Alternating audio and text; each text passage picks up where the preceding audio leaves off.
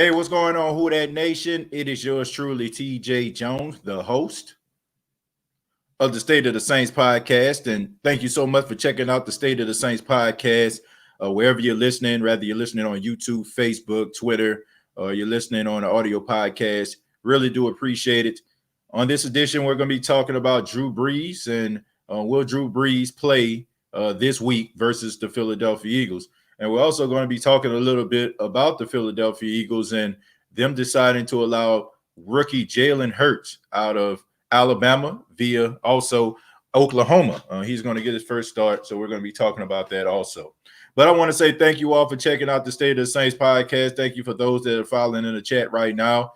Thank you so much for your time. Won't be a long show today. Just wanted to give you all the show and talk a little bit about Drew Brees. As we all know that Drew Brees, he is off injury reserve this year. IR or injury reserve is a little bit different. Normally when you put a player on injury reserve, that means they're going to be done for the remainder of the season. But this season, due to COVID-19, you can actually put guys on IR for a total of, if they're going to be out for about 3 weeks. So Drew Brees has been out for 3 games. And as we know that Taysom Hill has been the starter of the New Orleans Saints, and he's done a pretty, okay job, for a guy who hasn't played quarterback that much. I mean, he came in and he has 3-0, where he's a 3-0 as a starter. So that's the best that you can ask for. But now, we look at some of the interviews that Drew Brees have conducted with, different sports stations, and he says that he's getting kind of antsy and he wants to play. So, his 3 weeks are up. And now you're faced with a game versus the Philadelphia Eagles, a team that is struggling right now, a team that is trying to find their identity and really trying to see what they have, and are they going to take what they have into the future, and who is going to be left behind. Me personally, if it was me, I would not want Drew Brees to play. I understand the competitor that Drew Brees is, but I also understand what Drew Brees means to the team.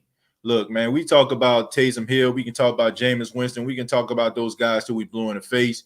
Both of those guys have really good qualities. Jameis Winston has a really good arm. If he limits the mistake, he can be a really good quarterback. And Taysom Hill seems like he's just slowly trying to figure it out. He's developing chemistry with other receivers. It seems like he's starting to trust himself in the pocket, and he's making some good decisions, minus the fact that he's fumbling. But overall, they both bring something to the table.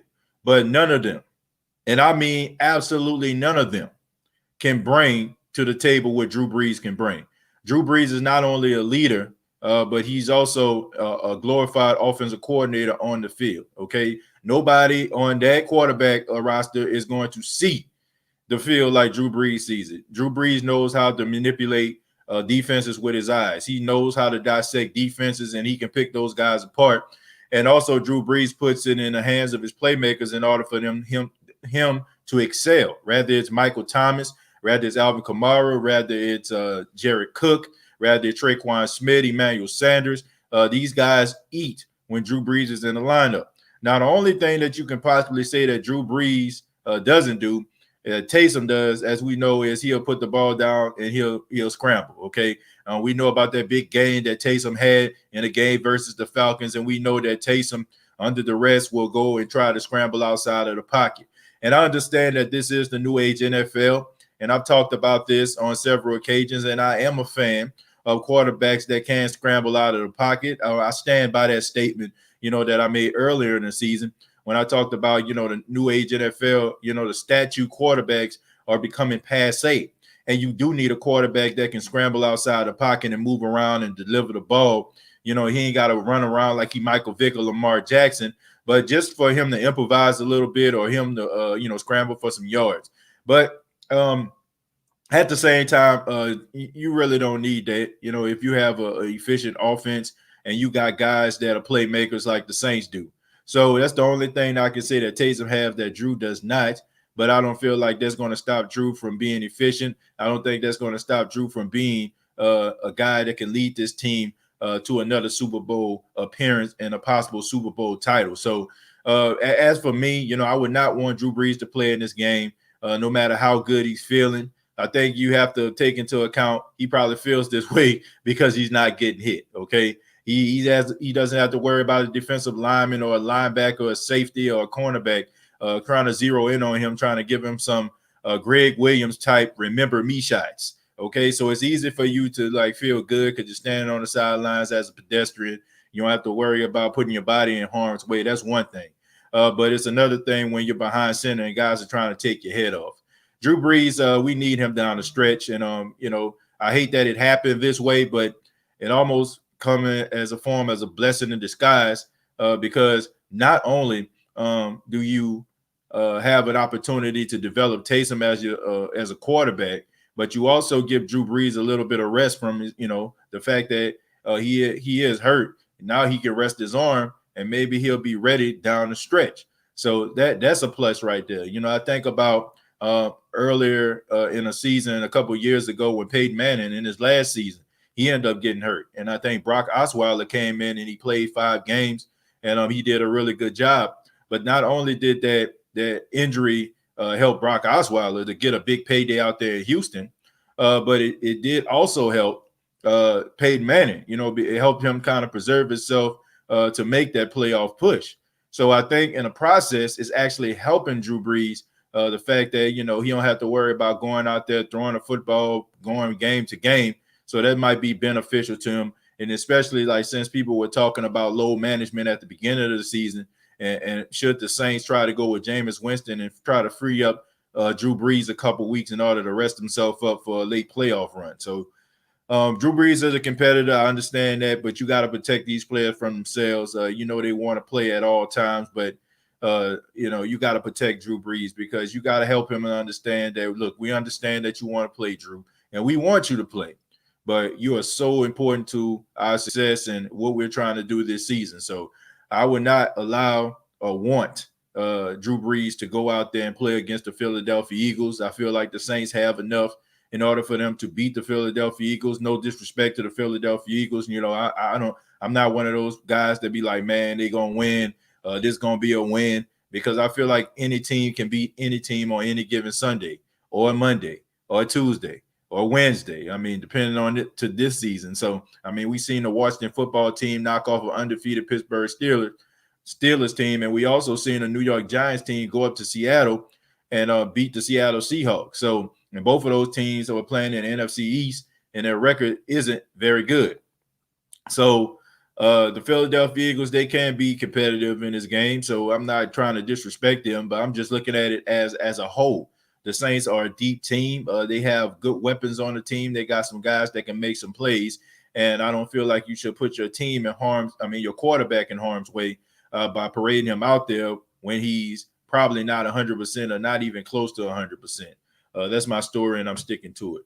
But let me go ahead and answer some of the questions in the chat right here. There won't be any phone calls on this edition of the State of the Saints podcast. I apologize, folks, but there will not be any phone calls on this edition of the State of the Saints podcast. I'll probably do it tomorrow. I'll probably take some phone calls on tomorrow.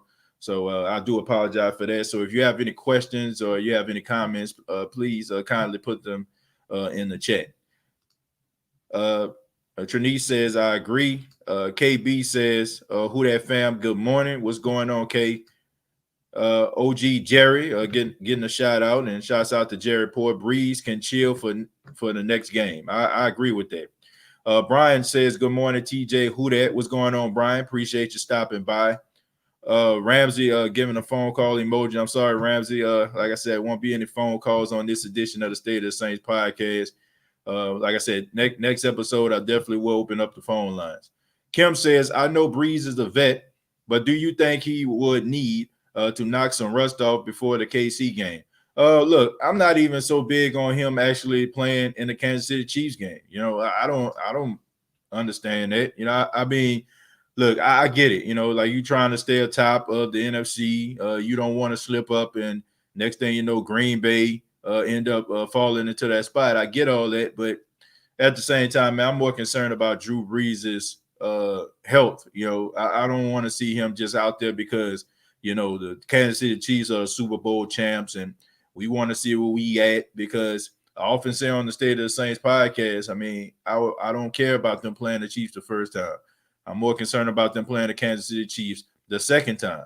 So, I mean, if they play them the second time, that means they're seeing them in the Super Bowl. So I would rather have Drew Brees miss that game, roll up in there with Taysom, and let the best team win. And if the Saints end up losing to the Kansas City Chiefs, it's not the end of the world. I mean, I'm more concerned about them in the playoffs more so than me worrying about Kansas City coming into town. Let me see.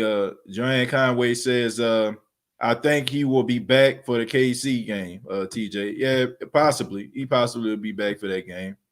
I can see that happening. Especially like it depends on, how healthy he feels and how the team feels like he's progressing. So I can see that happening. Brian says, wait till we play Carolina. I agree with that one too.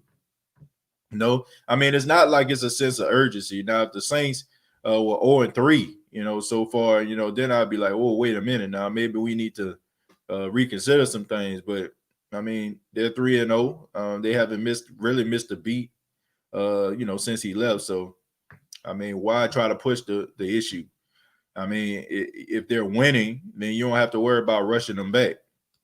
Mr. Saint 74 says they need to keep him out till the Vikings 2 games to get back before the playoffs.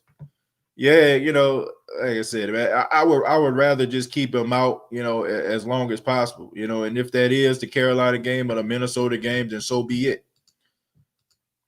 Michael says, I think he should give it a shot, give a few reps before the Chiefs.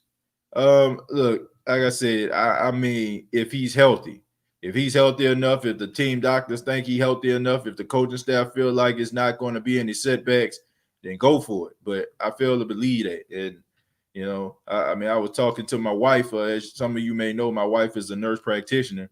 And I was asking her about ribs, and she was, and, I told her how many, bones that he broke, how many rib bones he broke. And she was like, there's nowhere in the world that he could be back by 3 weeks and be fully healthy. She said, that's impossible. She's like, at the most, she's like, it's about 6 weeks. So she was like, ain't no way. It's no way possible that he's fully healed from that. So don't sleep on the Eagles D line though. I'm not sleeping on anything with the Eagles. Like I said before, like I don't underestimate any team.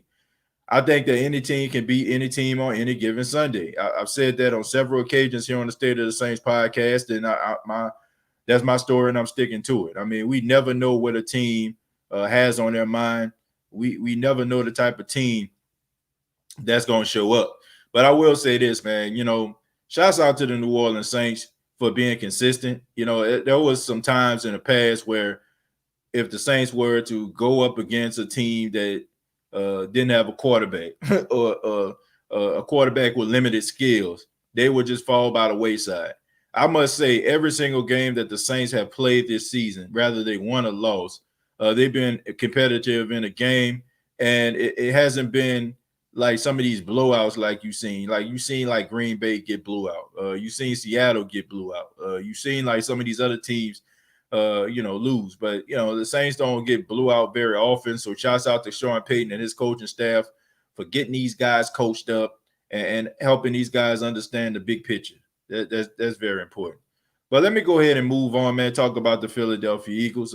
As you know, the Saints' Week 14 opponent is the Philadelphia Eagles. And I'm supposed to be a guest on a few Philadelphia Eagles podcasts. I think one today and also on tomorrow. I'll make sure that I send those links out so y'all can be able to check it out. One is this afternoon at 3 p.m. Eastern Standard Time. So I'll make sure I send that link out. And the other one is tomorrow night at 8 p.m. Eastern Time. But the Philadelphia Eagles, I just feel like this is a team right now that's just going through the motions. This is an absolute train wreck right now. The Philadelphia Eagles, they're were led by Carson Wentz. We know about him being the second pick in a draft back in 2016. Carson Wentz had a couple good seasons. His rookie season, he did okay. His second season was going to be his breakout year. He was up for the NFL MVP before he, messed his leg up towards ACL, his LCL, his MCL, his NAACP, his FBI, his SNCC. You know what I'm saying? Like he tore it all. All right. So He came back, the following year. I mean, it was up and down year, but he did some really good things, especially like leading his team to an NFC East title and a playoff berth once again. But he ended up getting concussed in a game versus the Seattle Seahawks. And now this season, he's faced with a lot of adversity, man. He hasn't been playing well. He's second in the league in turnovers. He's thrown interceptions. I think the person that's first, if I'm not mistaken. No, I think he is first, if I'm not mistaken. He's first in the league in turnovers. So Carson Wentz is definitely going through an identity crisis. I think it has a lot to do with the guy that is going to start in this game, which is Jalen Hurts. Jalen Hurts, we know him, man. I mean, if you're an LSU fan, you definitely know what Jalen Hurts is.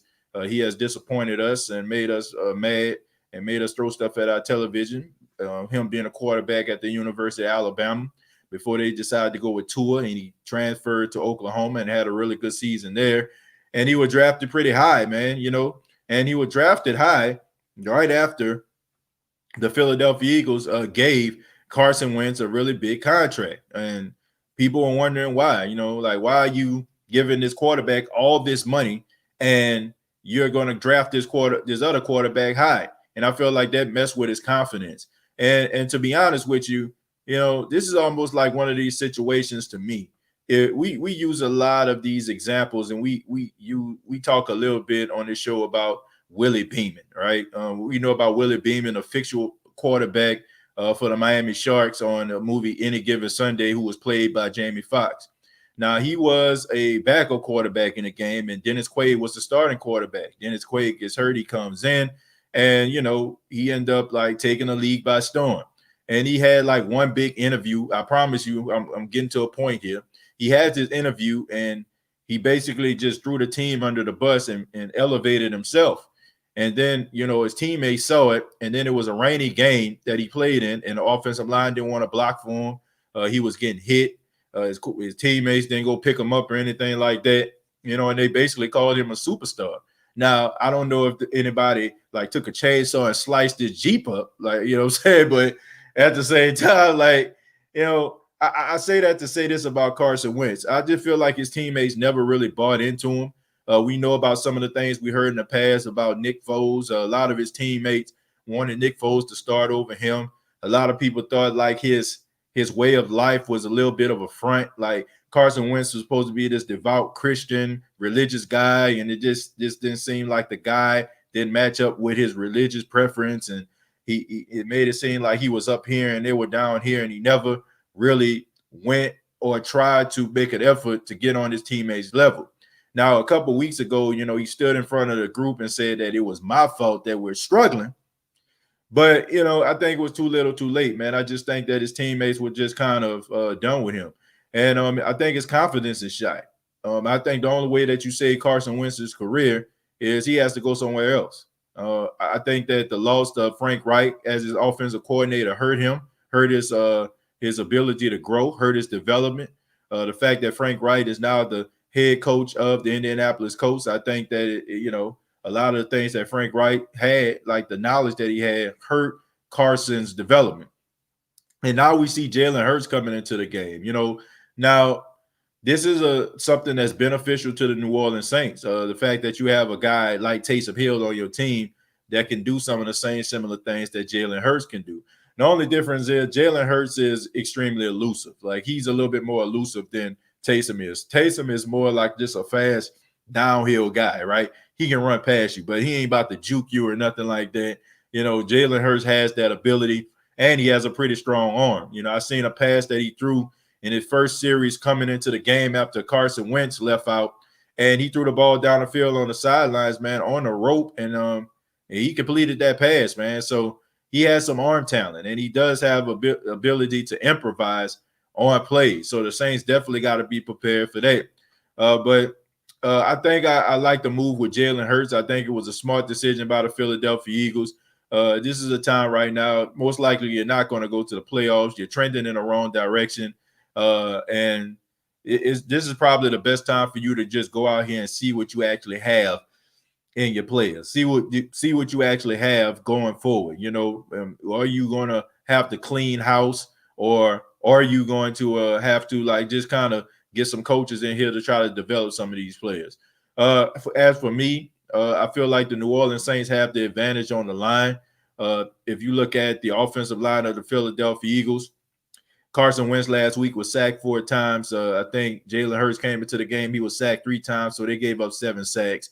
You have Jason Kelsey, who has moved around the offensive line in several spots, and so had Jason Peters, the star left tackle for all those years. So they do have some issues with that, and that is an advantage to the Saints. Them not running the football consistently is an advantage to the Saints. And also, I just feel like, the defense that the Saints have, I think they can be able to neutralize the Eagles. The Eagles are going to have to go out here and really put some things together. I mean, they're going to have to be catching passes like Calvin Ridley and Julio Jones was doing, in tight coverage. And I don't know if they got those type of horses in the barn, but they are a respectable football team. I don't think the Saints are just going to go steamroll all over them, but I do think the Saints have the advantage if you look at the coaching staff and you look at the overall team. But Jalen Hurts is getting a start. I expect for him to do a decent job, but I don't know if I don't know if he'll be able to beat the Saints. I think that he can do some good things. Ramsey says, I think Jalen Hurts, the decent quarterback. He's still young. There's a lot of learning curve for him. But in the end, I think Carson Wentz needs a new team. Well, there's no doubt about it, man. You don't pay a guy all that money and then go sit him on a bench and just be like, oh, well, like we might go back to you. No, like, I want everybody to pay attention to this example that I'm about to use. It was the Baltimore Ravens a couple years ago, back in 2018. Now, Joe Flacco wasn't playing well. Joe Flacco wasn't playing well at all, so they ended up going with Lamar. And Lamar did a serviceable job going into the playoffs. In the playoffs, they played against the Los Angeles Chargers, and Lamar Jackson looked horrible out there. I mean, he looked like absolute slaw, trash, if you will. And I mean, it got so bad, everybody at M&T Bank started to boo him. It was booing him up out of that thing. But John Harbaugh refused to try to put Joe Flacco back in the game, even though the crowd wanted him to. And the reason why he didn't do that is because he didn't want to kill the confidence of Lamar Jackson. Now, Lamar Jackson, it's not like he was the starter all year long. It wasn't like he started week 1 and all of a sudden like he falling off. So he didn't want to mess with this guy's confidence. When you look at the Philadelphia Eagles, for them to pull their star quarterback that they gave all that money to put in a rookie, that's saying a lot, and it's saying that they don't care about your confidence. They don't care how this makes you feel. We want to put ourselves in the best position to win, and that's what they did. So Carson Wentz does need a change of scenery. Carson Wentz needs the same thing that Jared Goff needs. He needs a quarterback whisperer. He needs a guy in his ear. He needs a guy that can break down the X's and O's, and he needs a guy that can simplify the game for him. I feel like the game is getting a little bit too big for him. I think that he has very little direction. I don't know if it's just the coach that he has is not really, utilizing his strengths, but something is missing with Carson Wentz. Like you can say with the teammates, because I really feel like that plays a role, but also with his development, man. I mean, you don't fall off like that, after having, a pretty big season late last year. He was the main reason why the Philadelphia Eagles went to the playoffs, and a lot of people thought that he turned the corner.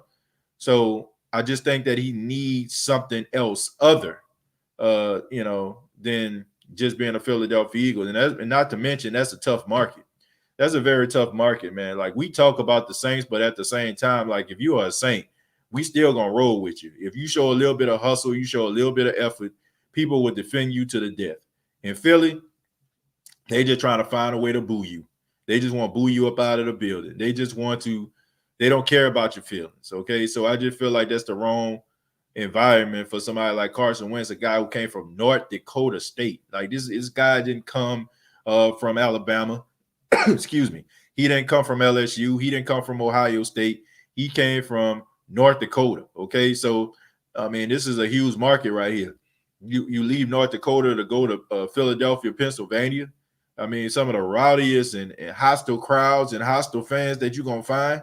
It's not a good spot. So I definitely think he needs to go somewhere like the Indianapolis coach. Maybe align himself back with Frank Reich, and maybe he can salvage his career. Go somewhere like the San Francisco 49ers. That's another spot I feel like he can excel in with Kyle Shanahan.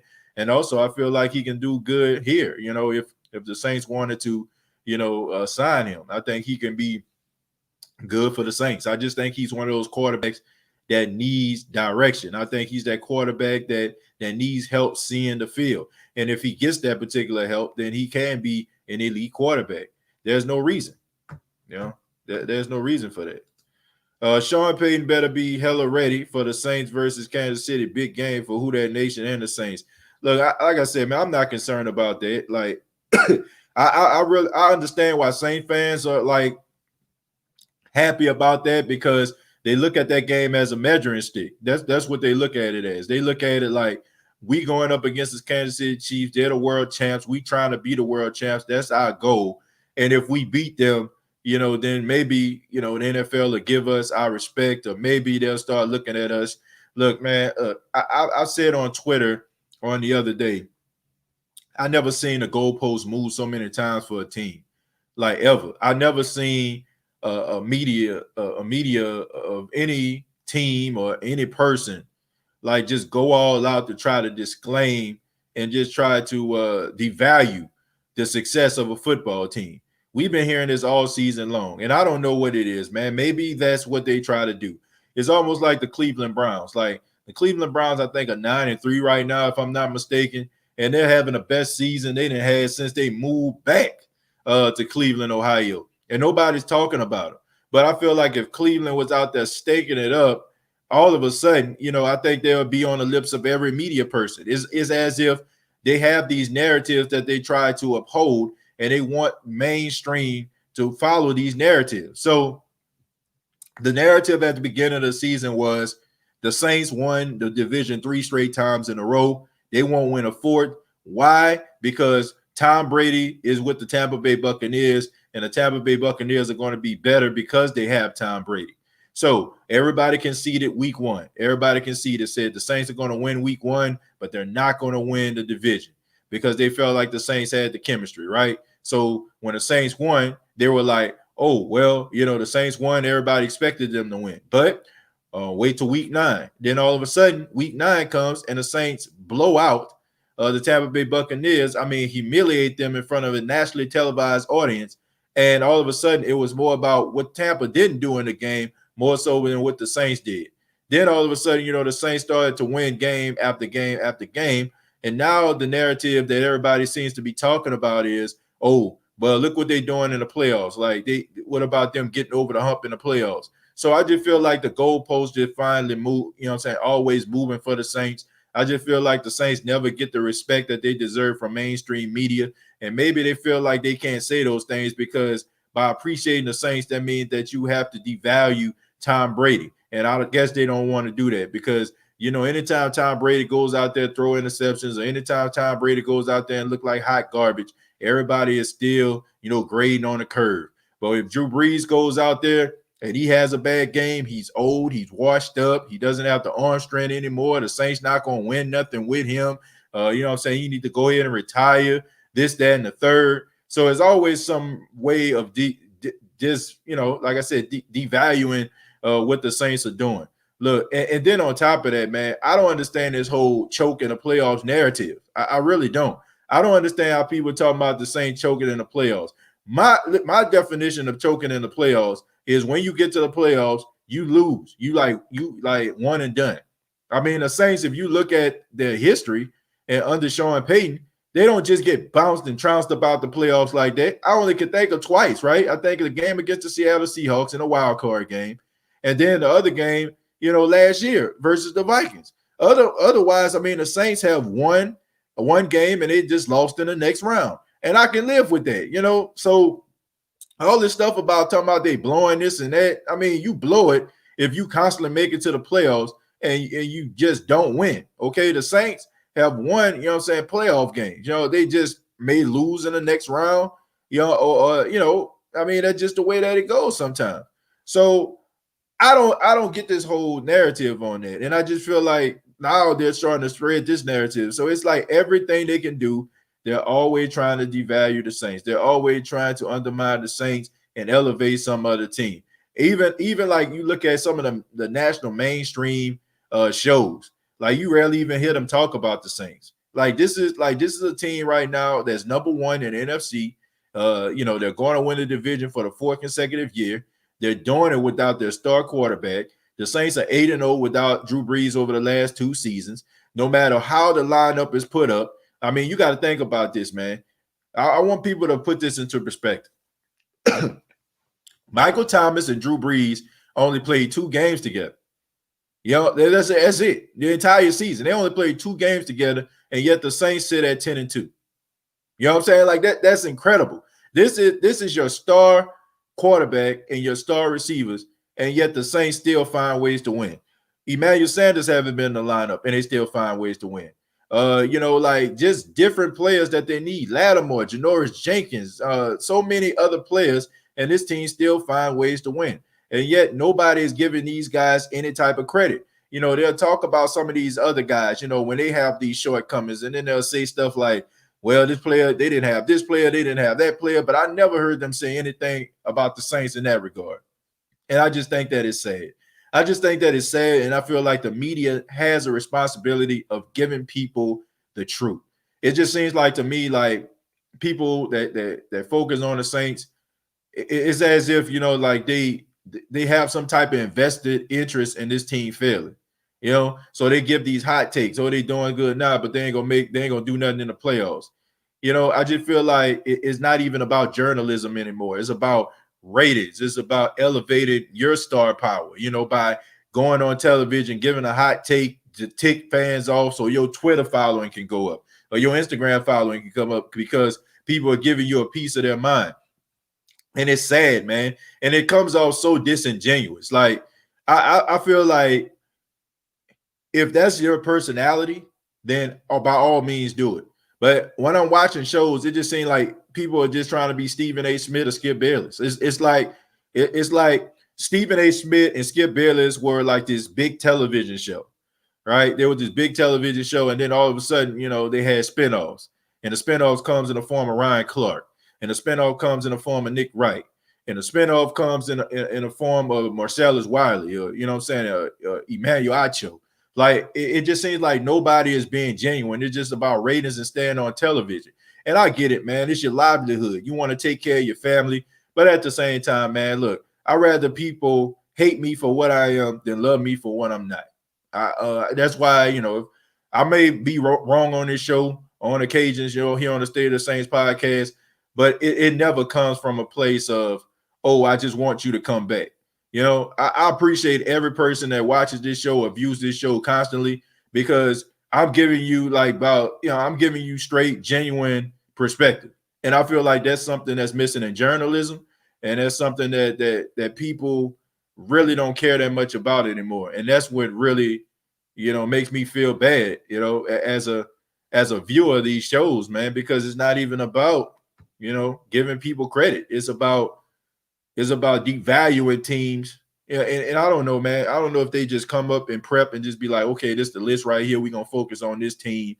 And we don't want to throw these teams under the bus because, we don't want fans to not care about these teams because they have a big fan base. Like, bump that. Like, don't sell me that the Cowboys got work to do and they can still win a division when they've been playing like hot garbage all season long. But you won't give that same type of credit or energy to a Cleveland Browns team. Like the Cowboys ain't been nothing in about 26 years, right? So what makes them any different from the Cleveland Browns? Why? Because of prestige? Why? Because of their name? So why is it that you will devalue the Cleveland Browns when they suck, but then if the Cowboys suck, like you barely want to, you don't want that to come out your mouth? Like, so disingenuous, man. So disingenuous. Let's see. Manny says, we understand that, TJ. I feel we can win with Taysom. Drew isn't as healthy as they're letting us know. That's just my opinion. Taysom has the ability to take us all the way.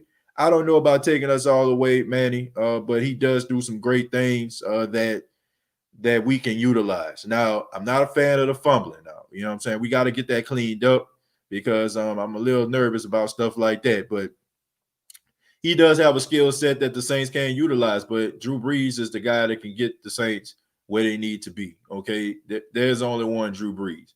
But it also to answer part of your question, no, he's definitely not healthy. I mean, I don't care what they they can let on as much as they want to. They can, you know what I'm saying, or not let on anything.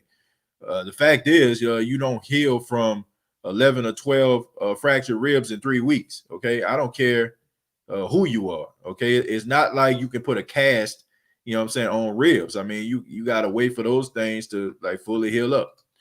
Kimberly says it's really Saints versus everybody, us versus everybody. I pray we make it all the way. We don't have to prove nothing to the media because it never be good enough as long as we prove it to ourselves.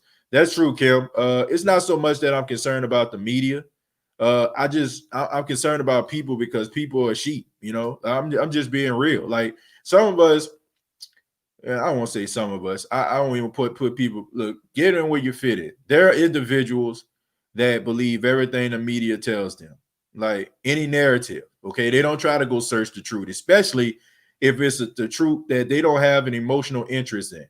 Now, if you were talking about my mama, right, and you say something about my mama, I'll be like, oh heck nah, man, you ain't about to say that about my mama. You know what I'm saying? I know my mom. You know what I'm saying? I'm 34 years old.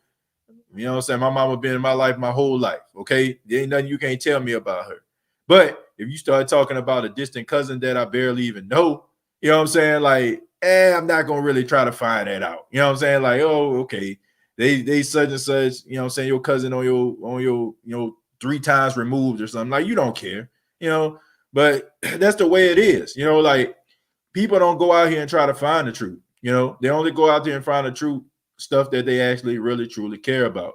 And the stuff that they're given, they just run with it, right? Like it makes absolutely no sense for anybody to feel like the Saints aren't a successful football team.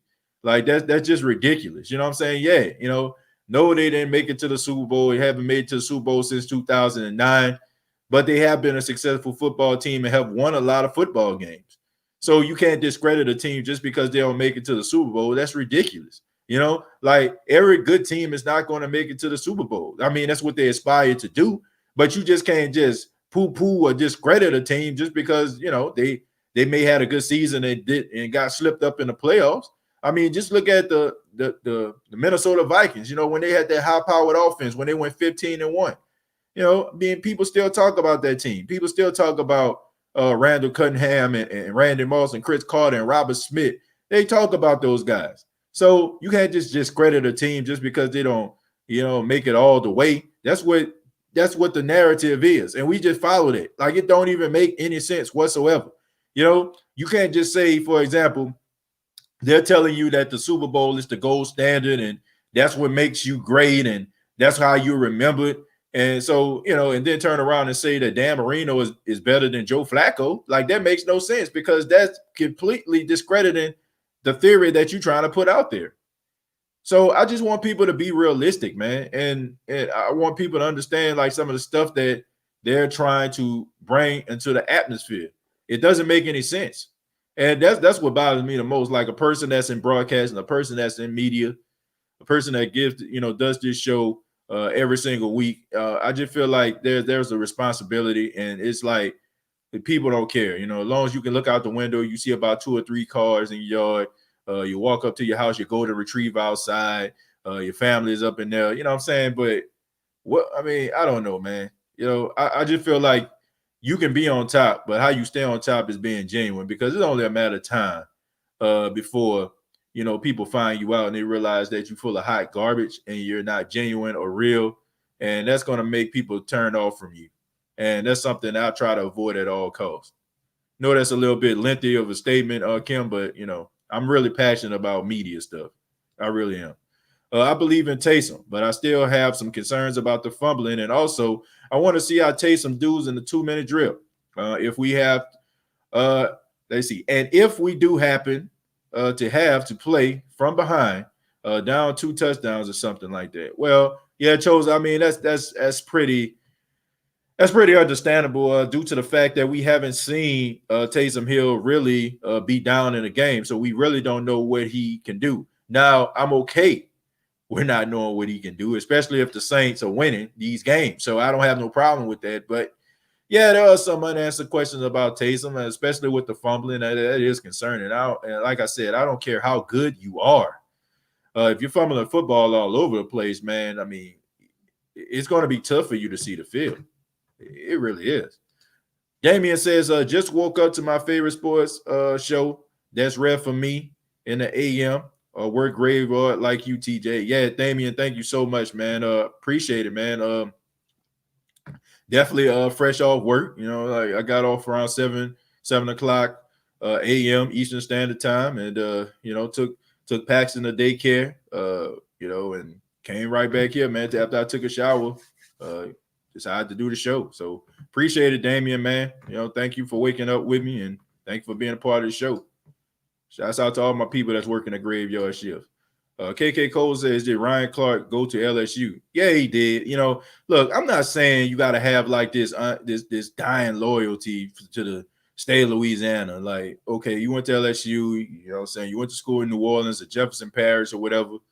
I'm not saying that you just can't call it like it is, man. I'm just saying, like, you know, you just got to be realistic. Now, I get it. You know, like I said, it's a competitive market, right? Everybody wants to be on ESPN. Everybody wants to work for ESPN. Everybody, you have to understand there's only so many slots. So, you know, you got to latch on and you got to be that guy that stands out. But I don't know, man. I just feel like you just got to be genuine. I just want genuine stuff. Roderick, thank you very much for the $5. He says, I think Drew Brees been hurt way before he walked off because there were times in games that he threw many balls very short to wide open receivers. Roderick, yeah, I think there's some validity behind what you're saying. I think it came out to say that Drew Brees was hurt before the game. I seen an article that I presented a couple of weeks ago from Falcoholic.com when they were talking about, the article stated that Sean Payton don't care about Drew Brees. I mean, just horrible stuff, man. Like, you know, why would you write something like that? Like, are you in the locker room? Like, are you in the vicinity? You know what I'm saying? Like, are you in the facility at all? You know what I'm saying? Are you in the vicinity around these guys for you to write such reckless rhetoric? You know, like, I understand that the Falcons are a rivalry, but Jesus Christ, like, come on, man. Like, that was just so reckless. You know, I don't know, but it said that he was hurt before, you know, he ended up cracking his ribs. So, and you have to keep in mind that Drew Brees was missing practice, you know, leading up to games. TJ, you're awesome, man. You proved the haters and the media wrong, and even though they're ignorant. Look, it's not even about proving the media wrong. Look, I'm not really big on being right. Now, do I want my credit for being right? Yeah, I do. You know what I'm saying? Like, you know, I don't, but at the same time, I feel like if a person is right, I'm going to congratulate them for being that way. But this is where I have a problem. All right. I have a problem when people are trying to just give takes just to give takes. Like, if you don't care about something, don't try to pretend that you care. You know, and I'll give you guys a story. Y'all know I like to tell stories here on the State of the Saints podcast. Okay, it's like when I first was starting out, right? Some of you probably know if you've been following me for a while, but I used to idolize Charlemagne the God. Y'all probably know him for the morning show, The Breakfast Club. And when I was first starting out in broadcasting, like, anything Charlemagne did, I tried to do too. Like, you know, he used to have like all these outrageous takes and say all these different things and supposed to be this, you know, truth teller, you know, and you know, I ended up like doing, you know, an independent show talking about hip hop and pop culture and stuff like that. And you know, I was doing it, but I was doing it for like all the wrong reasons. And it was like one of them shows that never really popped off because I went back and I listened to it and I'm like, well, I wouldn't want to listen to this either. You know what I'm saying? Because I can feel that this ain't coming from a genuine place. I'm trying to be something that I'm not. And, you know, from that particular point, I just decided to do things out of passion. So anything that I do, any venture that I do it with passion. All right. Anything that I love, I'm going to do it out of passion. If I care about something, I'm going to give you the real deal. Right. You know, I'm going to give you the real deal. I feel like that's becoming a lost art. It's like everybody just so focused on being on. Like, everybody wants to be an overnight success. Everybody wants everything that comes with their overnight success. They're willing to like lose their soul in the process of it. Like, that's why I got the problem with it. If you feel that way, then say it. But if you don't feel that way, don't just say it because you feel like, oh, you know what I'm saying, people gonna come back. Like, if you're good, it don't matter what you say. People are going to come back. They're going to come back because they feel you. They feel that you're genuine. They feel like you're honest. They feel like they can get the information from you. But if you're being phony, man, I'm like, I can't roll with that. And I feel like there's a lot of phony stuff going on. A lot of phony stuff. Like, it's okay to tell it like it is. Keen Arthur says, TJ, your boy Ryan Clark out here putting some serious respect on the Saints' name today, highlighting the defense being the best of the league. Well, you know, that's a good thing. You know, that's a good thing that he's being honest about that. You know, I mean, look, all I'm saying is I don't expect a person just because they're from a certain area to just be repping the town hard and act as if some of the issues don't exist. But I do want a fair analysis of it, okay? Him and what he's doing today, that's fair analysis, right? If you're going to criticize the team and talk about, oh, I don't see them doing this, I don't see them doing that, if they start to turn around, like, you got to double back and give these guys their respect. And no matter how crazy you look doing it, you just got to give them their respect. And I feel like that's something that is missing. And we need to find it. We need to find it. Kimberly Michelle, let me see. Glenn said Drew cracked 2 ribs in the Tampa game. That's when he got hurt. Okay, Glenn, I appreciate that. I wasn't exactly sure of the timeline, but I appreciate you, letting everybody know about that. Thank you so much, my friend. Joe Law says, TJ, I like the way you handled them clowns on the Dodge podcast. They had to call in backup to go 3-on-1 on you. Well, Joe, you know, man, shouts out to Dime, man. Shouts out to King. Shouts out to the brother that came on later in the show. Look, I had a good time. Look, man, I don't expect it any other way. I mean, they passionate about their Falcons. I get it. You know, I get it, but at the same time, like I'm not just knowledgeable about the Saints. Like I know some things about the NFL. I think I can articulate and tell people things, and I think I can get my point across.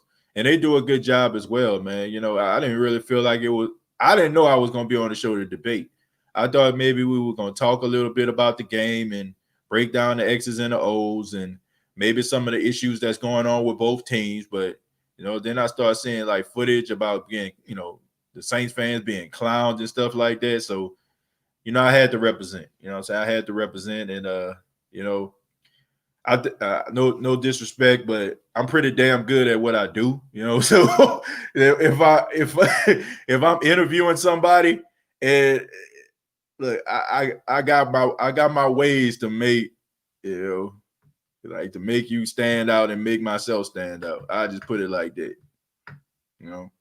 So, but it was good. It was entertaining, and I think we need to take pride in this. No disrespect to him, but man, that was the highest viewed show he ever did on that channel, and I'm not just going to just because I was on there, but I really feel like because of the support that I got from here on the State of the Saints podcast, all the people that came over to support, I feel like that was one of the main reasons. So we had good content and, it was the highest view show that they ever did. So I think that's a dub. What y'all think, But I did find that funny, especially like, when he said that Matt Ryan was going to be better than Tom Brady when it's all said and done. I'm like, wow. I didn't think he was going to go that far. I set it up and he just knocked it. He just knocked it clean down. Like, I didn't think he was going to say that. I was like, okay, man, let me just throw this out here. And he went for it. I'm like, no, bro. I'm like, even King was – if you hear King in the background, King was the guy with the dread. King was like, nah. You can hear him like when I said, so Matt Ryan better than Tom Brady, you can like hear King say, nah. And all of a sudden died like, not right now, but when it's all said and done, I'm like, oh. I was like, okay. I was like, okay. I don't think you can come back for that one. But it was good commentary, man. They made some good points, man. I'm not going to knock them for that. TJ, how do we get AK and Emmanuel more involved? Do we run more digs and in break routes? Also, right after Ryan give his take, someone started saying something, and we go wrong in January for the Saints. That's the narrative now. Like as we get deeper into the season, that's going to be the narrative. Like I said, anything that they can do to try to devalue the New Orleans Saints, they're going to do. It's just certain teams. You know what I'm saying? Like the Browns. Like it wasn't like how impressive the Browns have been. It was like, do you trust the Browns? Like, huh? Like, give these guys a chance. Like, what have they not shown you that you can't trust? How can you turn around and say, oh, Tampa is Super Bowl contenders, and then turn around and say, I don't trust the Browns? What are the Bucks giving you that the Browns not? I mean, I'm confused because looking at it, looks like the Browns are a better team. Browns are better than the Bucks. I mean, the record indicates that. The way that they're playing indicates that. So why is it that everybody just have Tampa in their back pocket? Like, what is Tampa doing? Like, all of a sudden, like, I mean, Tom Brady is on the team, but come on, man. Like, it seems like I said, they have their teams that they devalue. It's those teams that they devalue.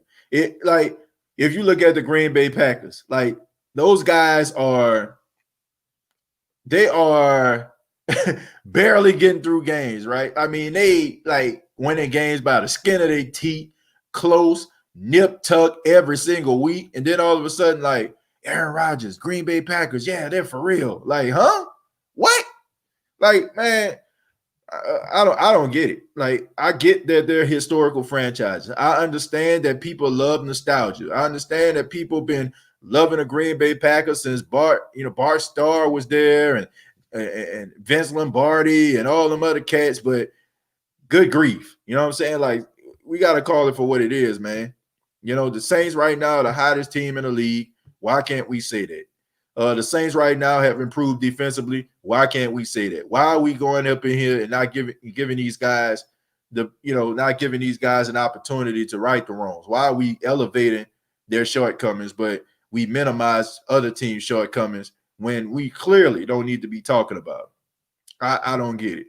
But I guess it's supposed to be entertaining television, and maybe this is one of those, maybe we embarked on a new era where we just tell people what they want to hear and not what they need to hear. I'm going to take a few more, and then we're going to get up out of here. Joe said they caught me by surprise with the foolishness. Let's see. The Packers ain't nothing. I feel like we're going to beat the Packers if we play them again. They don't concern me at all. Bruh, if the Broncos beat KC, which they almost did, now I see it not that hard to go against the Kansas City Chiefs. Yeah, I mean, I don't know, man. I don't feel the Chiefs either. Like, are they a good football team? Absolutely. But, man, throwing that ball around, all that, I don't know. Your offensive line is not that good. I mean, if Patrick Mahomes back there throwing the ball 41 times, like, if I'm pinning my ears back, I'm coming at you. I'm coming at him. You better get that ball out of his hands quick. What's your biggest fear or worry moving forward into postseason? Nothing. Absolutely nothing. I feel like every season is different. I'm confident in this team. Look, I'm rolling with my boys, okay? I'm sorry. Like, just call me naive, call me crazy or whatever. And I get a lot of Saints fans as we get closer to January, we nervous. But I ain't nervous about nothing. I ain't scared of nothing. Like, give us the best. If you say you're the best, then you should beat the best. People talking about, man, I don't want to see Minnesota. Why not? Okay, I don't care about that. Look, I don't feel like the Saints can't beat Minnesota in the postseason. I don't. I don't feel like it's an issue. Like, bring them on. I don't want, like, if you're the team, if we're talking about how good this team is, and we're talking about we're the best, like, don't be sitting up here like that's almost like saying, okay, I'm the best at Madden, but behind the scenes you playing on rookie. Like, come on, man. Like, if you're the best, turn it to all Madden, right? Turn it to all Madden and turn it up. Like, so why are we out here pumping our chest around, but behind the scenes we scared of other teams? I ain't scared of nobody, okay? I don't feel like there's a team in the NFC that the Saints can't beat. I'm going into the postseason. I think the Saints can go to the Super Bowl. I really strongly believe that. And that's my story, and I'm sticking to it. And anybody else that may feel differently, I get it. I understand the emotional investment, but I'm not going to go this hard in the paint for the squad and then act as if, I'm scared of some other team. I ain't scared of Green Bay. I ain't scared of Minnesota. I ain't scared of Seattle. I ain't scared of the Giants. I ain't scared of the Rams. Nobody. Because if the Saints are that squad, if they are that team, if they are the team that we want them to be, if they are the team that we've been telling our friends about and telling them to be quiet about, because we are the best, if we really believe that in our hearts, then we shouldn't be scared of absolutely nobody. Period. Brett says, can the Saints still be first in NFC if they lose to Kansas City and beat everyone else?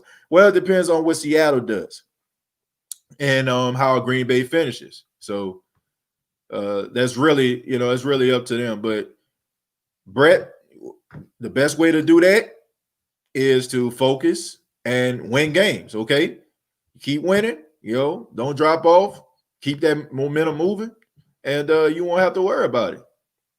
You won't have to worry about it. Brandon says, like I said, on third down, play calling on both sides of the ball needs to get better. I disagree with that. I disagree with that. The play calling of Sean Payton has been really good over the past couple of weeks, okay? And as far as third downs, man, you look at the efficiency of Taysom Hill. He was really good on third down last week. And the Saints were really good on third down in the first game. So I really can't knock that. And they definitely were good on third down against the Broncos, until late in the game. So that doesn't concern me, man. My main concern is them getting away from the things that got them there. Like, I feel like there was too much emphasis on Taysom Hill throwing the football last week earlier in the game. Now, I get it. You want him to get some type of rhythm. You want him to develop some type of confidence. You want him to get on the same page with his receivers. But you just got a running back there that ran for 120 yards last week in Latavius Murray. And you have a guy that can run in between the tackles in Alvin Kamara that can make people miss and get up the field. So sometimes I feel like those type of things that kind of get in the way of the Saints' success. Throwing the ball can sometimes keep a team in the game because you're stopping the clock. You're giving the teams opportunity to huddle up, rest up. Like if you get enough 3 and outs, then it's going to slow down your defense. And, your defense is going to get tired and the big plays are going to start coming. And finally, Dennis says, coach really needs to use Murray more and stop having Taysom running so much when he have good running backs. Well, look, Dennis, that's just the way that it is. When you have a dual threat quarterback, the ability to run and throw, I answer that question for you since I clicked on it, Jules, in a minute. But back to what Dennis was saying, like when you have a dual threat quarterback, the guy that can scramble out of the pocket, a guy that can run RPOs, you're going to use him. You're going to use him because it's an advantage. It's an advantage when you actually have a quarterback that can scramble and and run. Like it's an advantage. It's an advantage because the team don't really know what that player is going to do. So you're going to use that guy in that. But at the same time, you look at teams like the Baltimore Ravens. I mean, Lamar Jackson runs, but they use J.K. Dobbins. They use Mark Ingram. They use another running back whose names escape me. So they use like 3 running backs. So they should be able to use all 3 of them. And have success.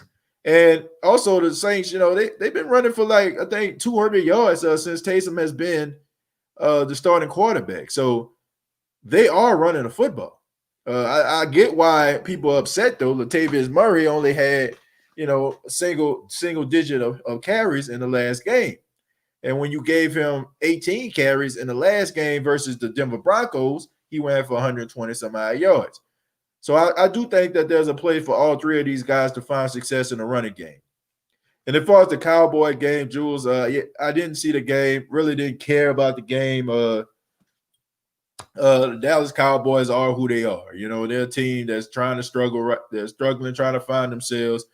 Dak Prescott needs to get paid. I mean, that goes without saying. The defense is absolute trash. Mike Nolan gonna get fired at the end of the year. We all know that.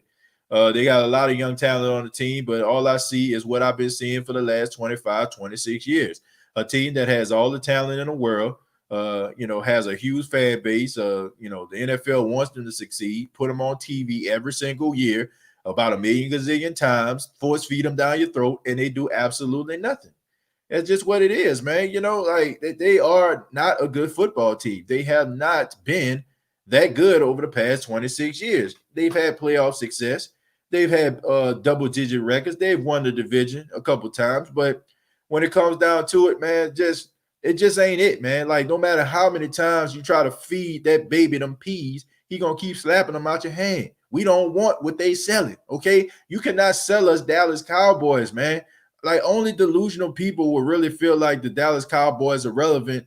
Their relevance have anything to do with their success on the football field. It's just what it is, man. The Cowboys are relevant because the NFL goes out their way to make them relevant. That's just what it is. It doesn't come behind winning. It doesn't come behind recent success. It just comes behind the fact that they are the Dallas Cowboys. They're a pop-em circumstance. They got a controversial owner who likes to be in the media. He's a guy that has a strong voice inside of the NFL, office among owners. I mean, his word is bond. And that's what they've been living off of, man. It's almost like anybody knows me. I'm a big wrestling fan. It's almost like, WWE for years told us that John Cena was the best, right? John Cena got all of the main event. John Cena was main event WrestleMania, the biggest sporting event that WWE has year after year after year. Been telling us he's the best, but we know that he's not the best. I mean, we know he's not the best technical wrestler. I mean, you had other wrestlers out there. You had the Seth Rollins of the world. You had the Dolph Zigglers of the world. I mean, different guys who had way more talent than John Cena, but they're telling you that he's the best, which, if you have, a brain or you follow wrestling and you've been following it for years, you know that he's not. Same way with the Dallas Cowboys. What's making them relevant is the machine is behind them. So that's why I feel about them. That's why I feel like they've been living off of. So why would we care? Why should they care about winning? Honestly, if they could be as mediocre can be, or borderline trash, and still get a million gazillion primetime games, who cares? Like, you know what I'm saying? Well, why would you care? Like, why would you care? You wouldn't. So, but I want to say thank you very much, man. Nah, I can't do that. I gotta answer one more same question. I cannot end the State of the Saints podcast talking about no Dallas Cowboys. Okay, I can't. Somebody give me a Saints question. Here we go, right here. Okay, yo, TJ, I felt like Sean should have gave Murray the ball when it was 2nd and 5 on the 5-yard line to pretty much put the game out of reach. The Falcons haven't stopped the running game all day. Yeah, I agree with that. I think they need to use Latavius Murray more.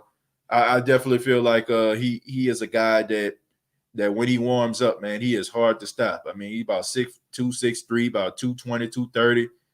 I mean, he is a force, man, and I don't understand it. I mean, he's a really good running back. Don't understand why they don't show this man more love. But I want to say thank you very much for checking out the State of the Saints podcast. Really do appreciate it. A quick reminder to subscribe to the YouTube channel, youtube.com, search The State of the Saints podcast. Also, facebook.com, search The State of the Saints podcast. And y'all already know previous episodes available on iTunes, Spotify, iHeartRadio, and Anchor FM. You all have a great and productive day. I'll be back with you later on in a week. And also, I'll be sending a link out about the interviews with the Philadelphia Eagles podcast that are coming up this week. Till next time, all I got to say is